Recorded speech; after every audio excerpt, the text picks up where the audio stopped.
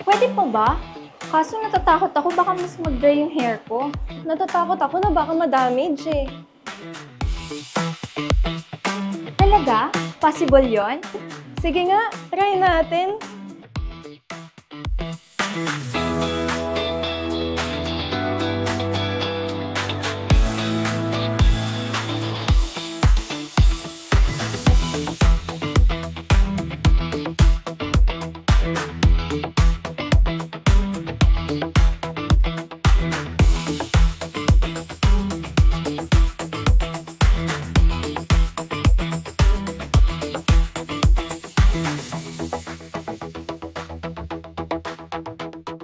Finally, na-achieve ko na yung dream hair ko. Dahil dito, hindi na ako takot mag-bleach. Akala ko hindi kaya. Kaya pala. Love na love ko yung hair ko. Excited na ako mag-try ng ibang color soon.